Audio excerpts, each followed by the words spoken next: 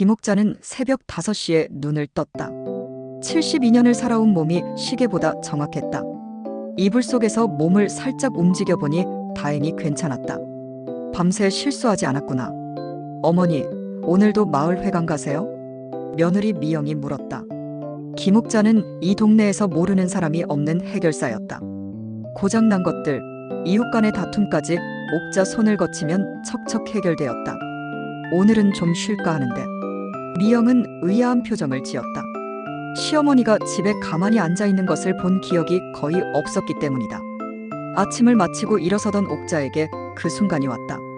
작은 기침과 함께 몸에서 새어나오는 따뜻한 느낌. 옥자의 얼굴이 순식간에 빨갛게 달아올랐다. 나 좀 씻고 올게. 옥자는 황급히 방으로 향했다. 언제부터였을까?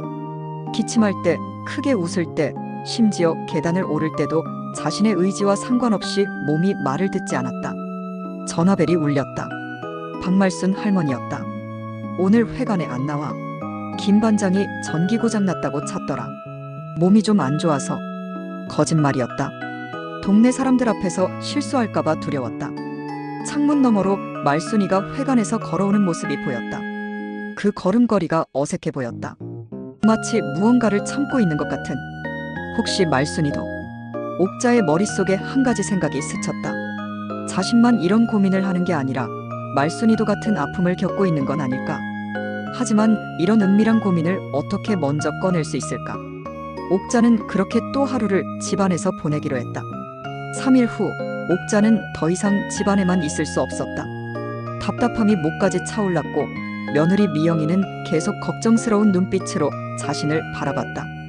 무엇보다 말순이가 매일 안부 전화를 하는 게 부담스러웠다. 그래, 조금만 나가보자. 옥자는 용기를 내어 집 앞 작은 공원으로 향했다. 봄바람이 살랑살랑 불어와 기분이 조금 나아지는 듯했다. 공원 벤치에 앉아 따스한 햇살을 받고 있으니 그동안 집에만 틀어박혀 있었던 게 얼마나 답답한 일이었는지 새삼 깨달았다. 어머, 언니. 뒤에서 들리는 익숙한 목소리에 옥자가 돌아봤다. 말순이가 장바구니를 들고 터덜터덜 걸어오고 있었다. 그런데 그 표정이 영 좋지 않았다. 말순아, 왜 그렇게 울상이야? 말순이는 옥자 옆에 털썩 앉으며 깊은 한숨을 내쉬었다. 언니, 나 이상해. 뭐가 이상하다는 거야? 옥자의 가슴이 두근거리기 시작했다. 혹시 자신과 같은 고민일까? 말순이는 한동안 말을 못하고 두 손으로 얼굴을 감쌌다. 그러더니 떨리는 목소리로 말을 이어갔다. 나도 이제 늙었나 봐. 요즘 자꾸자꾸 실수를 해. 어제는 손잡으러 갔다가 그만. 아이고, 창피해서 어떻게 살아. 옥자의 심장이 쿵쾅거렸다. 정말로 말순이도 자신과 같은 고민을 하고 있었던 것이다. 무슨 실수? 조심스럽게 묻는 옥자에게 말순이는 더욱 고개를 숙였다. 그게 기침을 하는데 갑자기 아이고, 이런 말 어떻게 해? 손자가 할머니 왜 그래? 그러는데 얼마나 부끄럽던지. 옥자는 말순이의 떨리는 어깨를 바라보며 가슴이 먹먹해졌다. 자신만 이런 고통을 겪고 있는 줄 알았는데 가장 가까운 친구도 같은 아픔을 혼자 견디고 있었다니. 말순아. 옥자는 한참을 망설이다가 입을 열었다. 사실 나도 요즘 그래. 말순이가 고개를 번쩍 들었다. 눈물로 범벅된 얼굴에 놀라움이 번졌다. 언니도? 나도 기침할 때, 웃을 때 내 마음대로 안 돼. 그래서 요즘 집에만 있었어. 두 사람은 잠시 서로를 바라보며 말이 없었다. 그러더니 말순이가 먼저 울음을 터뜨렸다. 언니, 나 정말 무서웠어. 이러다 사람들 앞에서 큰일 치르면 어떡하나 싶고 그렇다고 병원 가자니 창피하고. 나도 마찬가지야. 72년을 살았는데 이런 건 처음이라 어떻게 해야 할지 모르겠더라고. 옥자도 눈시울이 붉어졌다. 그동안 혼자 사귀고 있던 답답함과 서러움이 본물 터지듯 쏟아져 나왔다. 그런데 언니, 우리만 이런 게 아닐 거야. 분명히 우리 또래 여자들은 다들 비슷할 텐데. 말순이의 말에 옥자가 고개를 끄덕였다. 맞아. 그런데 다들 부끄러워서 말을 안 하는 거겠지. 우리처럼 말이야. 두 사람은 서로를 바라보며 쓸쓸하게 웃었다. 하지만 그 웃음 속에는 묘한 안도감이 섞여 있었다. 혼자가 아니라는 것, 자신만의 고민이 아니라는 것을 알게 된 안도였다. 언니, 그럼 우리 어떻게 할까? 말순이가 물었다. 옥자는 잠시 생각에 잠겼다가 말했다. 일단 우리끼리라도 이야기할 수 있게 되어 다행이야. 그런데 말순아, 혹시 우리 말고 또 이런 고민하는 사람 있을까? 글쎄, 최영자 언니도 요즘 화장실 자주 가는 것 같던데. 그리고 이미숙이도 웃을 때 갑자기 얼굴 찌푸리는 일이 많아졌어. 옥자의 눈이 반짝였다. 그럼 우리끼리라도 모여서 이야기해보면 어떨까? 혼자 끙끙 앓는 것보다는 나을 것 같은데. 그러게. 서로 위로도 되고 좋은 방법이 있으면 알려줄 수도 있고. 말순이도 점점 밝아지는 표정이었다. 하지만 조심해야겠어. 아무한테나 이런 얘기할 수는 없잖아. 당연하지. 정말 믿을 만한 사람들만. 두 사람은 벤치에 앉아 한참 더 이야기를 나눴다. 그동안 혼자 견뎌왔던 불안과 두려움을 털어놓으니 마음 한구석이 뻥 뚫린 것 같았다. 해가 서쪽으로 기울 때까지 이야기를 나눈 끝에 두 사람은 중요한 결심을 했다. 우리 같은 고민을 가진 사람들끼리 조용히 모여서 이야기하자. 부끄러운 게 아니라 나이 들면서 생기는 자연스러운 일이니까 서로 도우면서 극복해보자. 집으로 돌아가는 길에 옥자의 발걸음은 3일 전보다 훨씬 가벼웠다. 물론 문제가 해결된 것은 아니었지만 적어도 이제 혼자가 아니었다. 그리고 앞으로 더 많은 동지들을 만날 수 있을 거라는 희망이 생겼다. 언니, 정말 괜찮을까? 일주일 후 말순이가 옥자의 집 앞에서 불안한 목소리로 물었다. 오늘은 그동안 조심스럽게 접촉해온 동네 할머니들을 처음으로 모으는 날이었다. 괜찮을 거야. 우리도 처음엔 망설였지만 이야기하고 나니까 얼마나 후련하던가. 옥자가 말순이의 어깨를 토닥이며 현관문을 열었다. 거실에는 이미 최영자와 이미숙이 앉아 있었다. 둘 다 여느 때와 달리 어색한 표정이었다. 어서들 와. 차 끓였으니까 편하게 앉아. 옥자가 밝게 인사하며 분위기를 풀려고 했지만 네 사람 모두 무거운 침묵에 빠졌다. 이런 주제로 모인 게 처음이라 어떻게 시작해야 할지 모르겠는 것이었다. 그냥 편하게 이야기해보자. 옥자가 먼저 입을 열었다. 사실 우리 다 비슷한 고민이 있어서 모인 거잖아. 부끄러울 것도 없고 잘못된 것도 아니야. 나이 들면서 몸이 변하는 게 당연한 거니까. 최영자가 조심스럽게 고개를 끄덕였다. 맞아요. 저도 혼자 끙끙 앓고 있었는데 말순이 언니한테서 얘기 듣고 얼마나 안도됐는지 몰라요. 나도 그래. 혼자만 이런 줄 알았는데. 이미숙도 마침내 입을 열었다. 며칠 전에 버스 타고 가다가 갑자기 배에 가스가 차면서 방귀가 나올 것 같은데 참으려니까 그만 다른 쪽으로. 아이고, 창피해서 다음 정류장에서 내렸어요.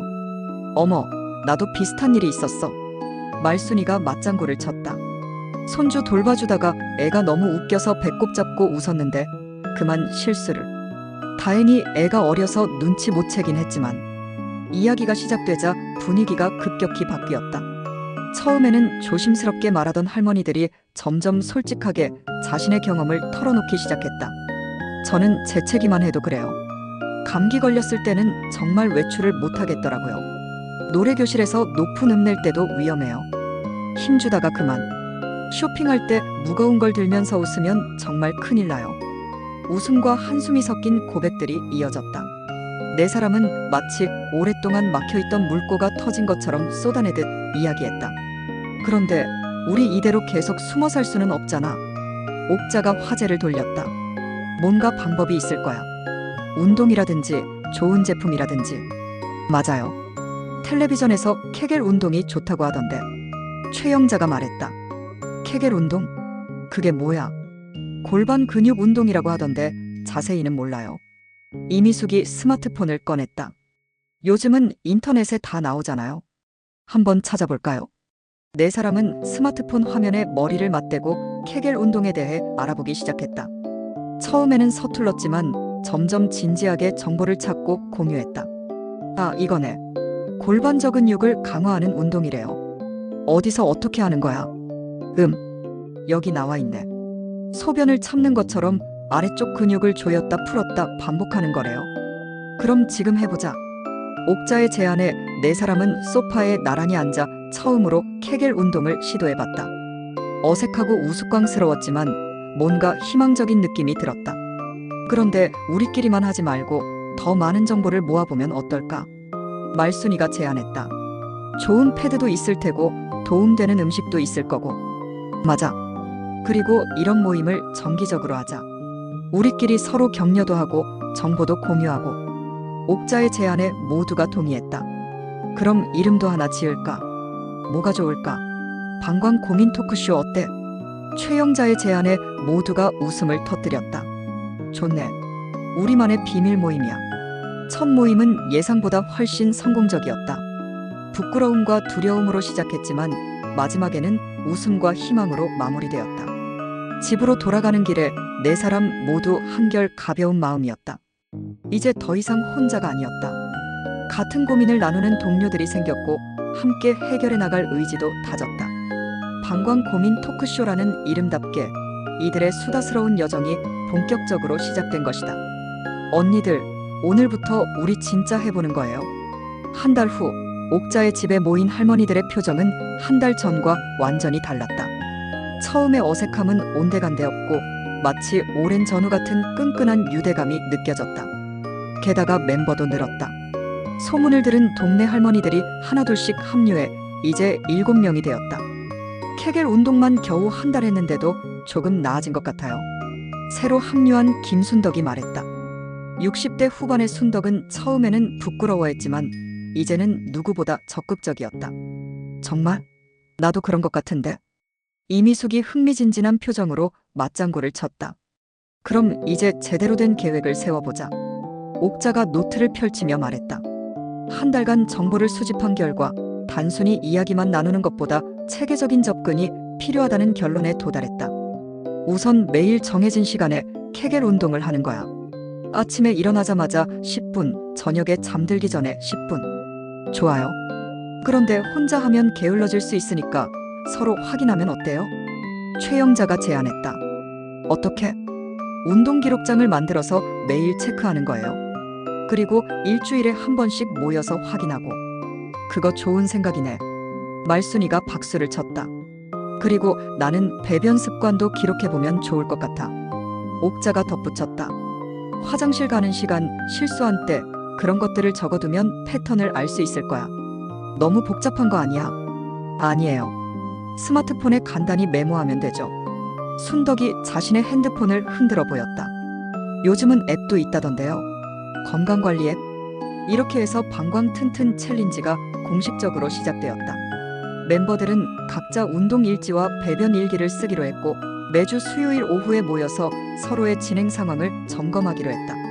첫 번째 챌린지 주간이 지났을 때 결과는 놀라웠다. 어머, 이미숙 언니가 1등이네. 말순이가 운동 기록표를 보며 감탄했다. 매일 빠뜨리지 않고 했어요. 처음엔 힘들었는데 이제 습관이 됐어요. 이미숙이 뿌듯한 표정으로 말했다. 나는 이틀 빼먹었네. 아이고 부끄러워. 괜찮아. 다음 주에 더 열심히 하면 되지. 서로 격려하고 응원하는 분위기 속에서 챌린지는 계속되었다. 처음에는 케겔 운동이 어색하고 효과도 잘 모르겠다던 할머니들이 점점 진지해졌다. 언니들, 나 어제 기침 크게 했는데 괜찮았어요. 3주차에 최영자가 기쁜 소식을 전했다. 정말? 얼마나 기뻤을까? 저도 며칠 전에 손자하고 실컷 웃었는데 전혀 괜찮았어요. 하나둘씩 좋은 소식들이 들려왔다. 물론 여전히 실수하는 일도 있었지만 빈도가 확실히 줄어들고 있었다.